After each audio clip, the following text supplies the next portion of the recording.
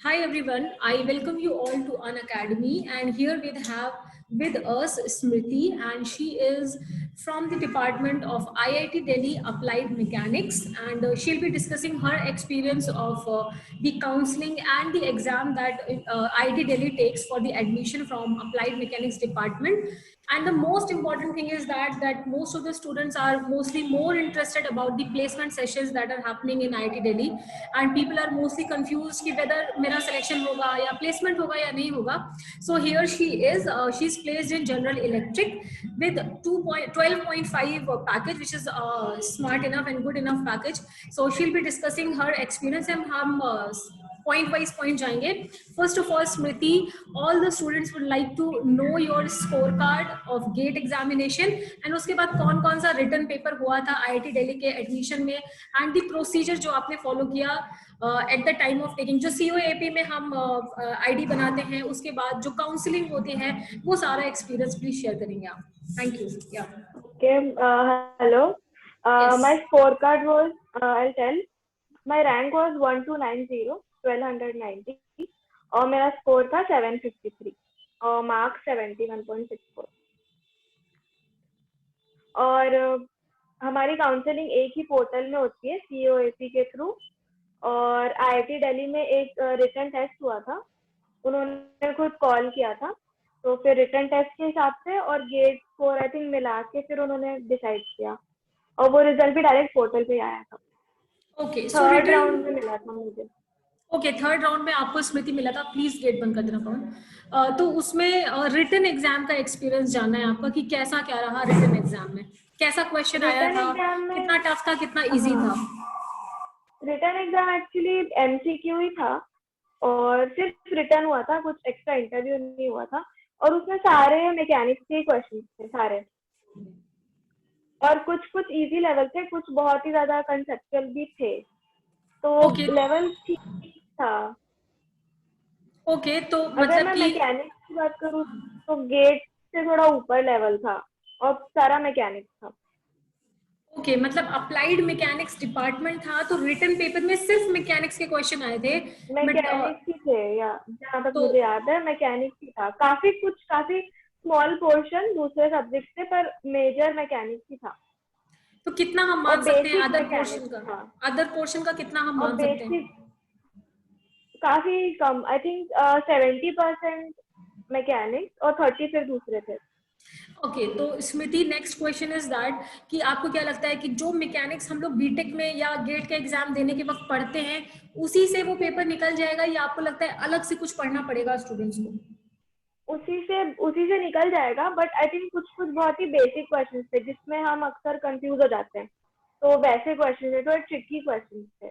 Okay, तो 12th class की physics चलेगी उसमें? हाँ थे. IIT JEE वाली मैकेनिक्स चलेगी उसमें, फर्स्ट लॉ सेकंड लॉ सब जो है. अच्छा, तो हम उस लेवल को बोल सकते हैं कि उस लेवल का क्वेश्चन पेपर इन्होंने दिया था, इंटरव्यू नहीं दिया था. तो आपका थर्ड राउंड में आपका हो गया था, और फिर अप्लाइड मैकेनिक्स डिपार्टमेंट मिला आपको. ओके, और भी कुछ मिला था स्मृति, या सिर्फ अप्लाइड मैकेनिक्स? आपने और भी पेपर्स दिए थे? मैंने और भी दिया था, पर मुझे मिला था खड़गपुर मिला था, आई थिंक क्वेश्चन मिला था खड़गपुर में. वो COAP में एक्चुअली थर्ड राउंड में ना मुझे 3 मिले थे, आई गेस 3. एक IIT खड़गपुर था और एक IIT दिल्ली था, और आई थिंक 2 मिले थे, आई डोंट रिमेम्बर. तो ये 2 मिले थे, तो उसमें से मैंने IIT दिल्ली चूज किया था. ओके, सो वैसे इस रैंक में ना अगर स्टूडेंट्स वेट करना चाहते हैं तो स्पॉट राउंड में IIT बॉम्बे मिल सकता था मुझे, मतलब श्योर मिल जाता 1290 रैंक में. नहीं, मैंने ये एक्सेप्ट कर लिया था, तो इसलिए फिर मैं स्पॉट राउंड अटेंड नहीं कर पाई थी. Okay, Smriti, one more thing, कि what made you to accept this department of IIT Delhi Applied Mechanics? Actually, I did Google searching, तो उसमें कोरा में मुझे पता लगा था कि आपका प्लेसमेंट सही है, और कोर्स ज्यादा हेक्टिक भी नहीं है, तो अगर आपको पढ़ना है फिर से गेट के लिए या और PSU या ISRO बार, तो टाइम मिलता है काफी पढ़ने के लिए. मतलब टाइम मिल जाता है, इसलिए आपने ये डिपार्टमेंट ले लिया. और रिटन का एक्सपीरियंस क्या मार्क्स बताते हैं रिटन एग्जाम के IIT वाले स्मृति? मुझे तो नहीं पता, मार्क्स मैंने नहीं चेक किया मार्क्स था, नहीं बताया, वो डायरेक्ट सिर्फ रिजल्ट आ डायरेक्टली। गया था। हाँ। Okay, so next thing I want to ask is your life at IIT, मतलब कैसा फीलिंग आया आईआईटी में जाकर के 2 साल? अच्छी थी बहुत। मेनली तो मैं सब प्लेसमेंट के लिए ही, ऑब्वियसली एमटेक के बाद से प्लेसमेंट के लिए ही देखते हैं। लेकिन एक्चुअली मैं फर्स्ट ईयर में और एक बार मैं गेट के लिए पढ़ना चाह रही थी, मतलब जितना टाइम मिलता है वो करके। तो गेट में तो कुछ खास रैंक नहीं आई थी, पर उस चक्कर में मेरा इसरो में रिटर्न हो गया था। तो अभी मेरा इंटरव्यू है इसरो का। तो अगर किसी को ये सब करना है, इसरो, बार, तो मैं फिर बोलूंगी कि अच्छा रहेगा, मतलब टाइम मिलता है पढ़ने के लिए। तो अगर आपको टेक्निकली फील्ड में जाना है तो सही रहेगा ये डिपार्टमेंट। ओके, और आपने तैयारी करते करते गेट की, फिर से तैयारी करते करते, मतलब आपने सिलेक्शन भी ले लिया, आई मीन प्लेसमेंट भी ले लिया, दैट वाज रियली गुड हाँ, थिंग। प्लेसमेंट का ऐसा है कि प्लेसमेंट में आपको बेसिक नॉलेज होनी चाहिए। तो अगर आप गेट का पढ़ रहे हो फिर से, तो आपको बेसिक टेक्निकल नॉलेज तो रहेगी। तो जो भी कंपनीज आती है, हमारा डिपार्टमेंट मैकेनिकल के ही अंडर आता है। ओके। तो उसमें जो हम लोगों को प्लेसमेंट में टेस्ट जो होता था, उसमें ऐप भी आता है और टेक्निकल भी आता है। तो टेक्निकल आपका स्ट्रांग रहेगा तो वो पोर्शन आप कर लोगे, और आपकी काफी सिंपल ही आती है। तो फर्स्ट टेस्ट क्लियर कर सकते हैं, और उसके बाद तो फिर इंटरव्यू होता है बस। वो डिपेंड करता है आपका प्रोजेक्ट कैसा है एमटेक में। तो प्रोजेक्ट बहुत ही इंपॉर्टेंट है, तो वो सोच समझ के लीजिएगा। ओके, तो मेन मैं थोड़ा सा अंदर जाकर के आपसे पूछना चाह रही हूँ स्मृति, वो ये है कि जो जनरल इलेक्ट्रिक में आपका प्लेसमेंट हुआ, तो ये सिर्फ एक कंपनी थी जिसमें आपने दिया, या बहुत सारी कितनी कंपनी में आपने टोटल अपेयर किया और कितने में हुआ आपका? मैंने बहुत सारी में किया था। जो भी आती है हम लोग सब फिल कर देते हैं। हम लोग, ओके, मतलब मैं सिर्फ कोर की बात कर रही हूँ, नॉन कोर कोर में। तो। हाँ, कोर की बात कर रही हूँ। कोर में मैंने किया था सीमेंस, बजाज, मर्सिडीज, और कोर में तो और कौन सी थी, और जी। और नॉन कोर भी थी, तो नॉन कोर थी एचसीएल और माइक्रॉन। तो मेरा 3 में इंटरव्यू था, मतलब ओके, 4th को जी में था, 5th को मर्सिडीज में था, और 6th को माइक्रॉन ओके। तो में था। जनरल इलेक्ट्रिक में प्लेसमेंट हुआ, तो इसमें प्रोफाइल कौन सी है स्मृति आपकी जो आपको मिली है? एक्चुअली मुझे ग्लोबल रिसर्च सेंटर, ये मुझे सिर्फ अभी तक इतना ही पता है कि मुझे जीआरसी में मेरा मिला है, और वो बैंगलोर में है। वो बेसिकली 2 साल की ट्रेनिंग होगी पहले, जेई में ही। और मुझे कुछ कुछ कोर्सेज भी करने पड़ेंगे, तो 2 साल तो ट्रेनिंग ही होगी। ओके, तो 2 साल ट्रेनिंग होगी, उसके बाद फिर आप लोगों को वो दिया जाएगा। अच्छा, हम्म इंटरव्यू एक्सपीरियंस बताइए आप जनरल इलेक्ट्रिक का, कि कैसा क्या रहा interview experience? Interview experience, 3 round का एक्चुअली हुआ था इंटरव्यू। तो फर्स्ट राउंड में चार चार पैनल मेंबर्स थे। तो वो तो प्योरली टेक्निकल था। वो लोग पूरा मेरा सीवी, जितने भी मैंने प्रोजेक्ट किए बीटेक में अभी, और भी कोर्सेज जो जो किए, तो सबसे पूछ रहे थे वो लोग। पूरा सीवी उन्होंने पूछ लिया था। तो 4 मेंबर्स थे, तो चारों एक एक दो दो ऐसा क्वेश्चन पूछते थे, और थोड़ा मेरे प्रोजेक्ट के बारे में और मेरा इंट्रो पूछा। उसके बाद फिर I think half an hour के बाद सेकेंड राउंड था। तो वो भी टेक्निकल प्लस एचआर था। ओके, वहां पर हाँ, किस तो टाइप के उसमें थोड़े क्वेश्चन थोड़े, पूछे? हाँ थोड़े उसमें भी पहले तो मुझसे प्रोजेक्ट पूछा और कुछ टेक्निकल भी पूछा।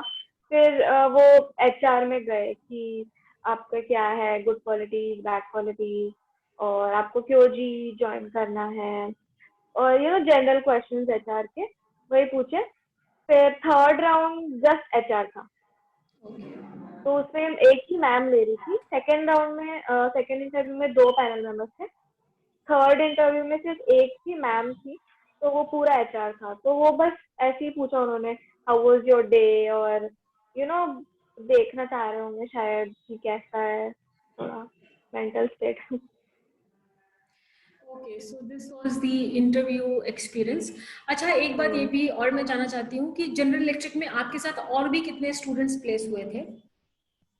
टोटल मेरे नंबर दे साथ रिक्रूटेड?